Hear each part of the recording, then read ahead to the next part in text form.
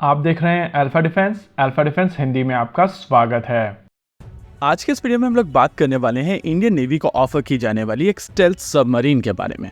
भारतीय नौसेना project 75I के तहत 6 कन्वेंशनल यानी कि डीजल इलेक्ट्रिक सबमरीन्स को अक्वायर करने वाली है और इस रिक्वायरमेंट को लेकर 2 कंपनीज शॉर्टलिस्ट की गई। ये कंपनीज है थाइसेनक्रप मरीन जो कि एक जर्मन कंपनी है और दूसरी कंपनी है नवांशा जो एक स्पेनिश कंपनी है। नवांशा LNT के साथ में मिलकर S80+ सबमरीन्स भारतीय नौसेना को ऑफर कर रही है। वही थाइसेनक्रप मरीन और MDL मिलकर टाइप 214 की एक एडवांस, मॉडिफाइड और स्टेल्थी सबमरीन भारतीय नौसेना को ऑफर करने वाले हैं।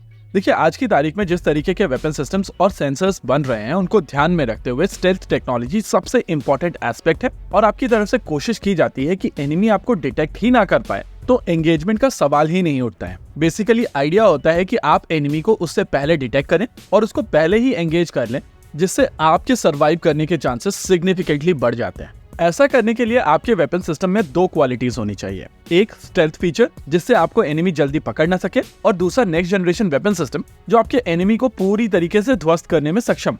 देखिए, ये बात सच है कि इंडियन नेवी की प्रोजेक्ट 75I से जो रिक्वायरमेंट है वो काफी यूनिक है। इंडियन नेवी को एक ऐसी सबमरीन चाहिए जिसमें एयर इंडिपेंडेंट प्रोपल्शन सिस्टम होना चाहिए।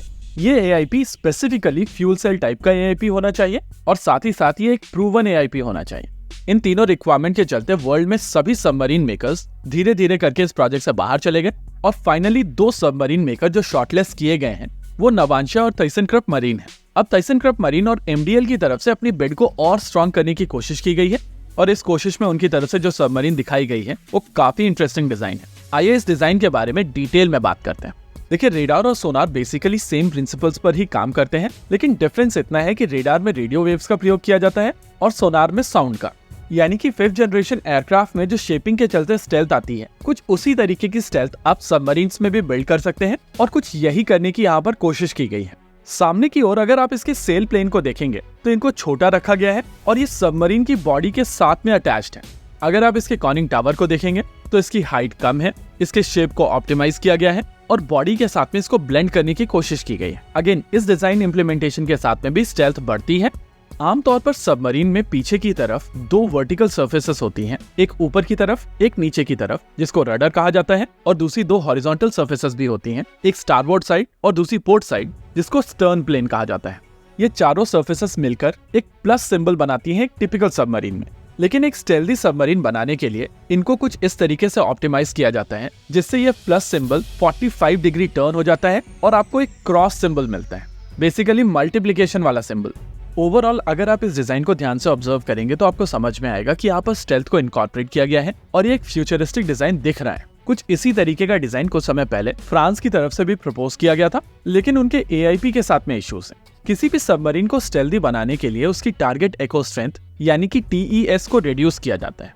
थाइसेनक्रप मरीन की इस डिजाइन को अगर आप ध्यान से ऑब्जर्व करेंगे तो यहाँ पर समझ में आता है कि TES को रिड्यूस करने की कोशिश की गई है और इस डिजाइन चेंज के चलते इस सबमरीन का अकाउस्टिक सिग्नेचर ऑलमोस्ट 50% कम हो जाएगा।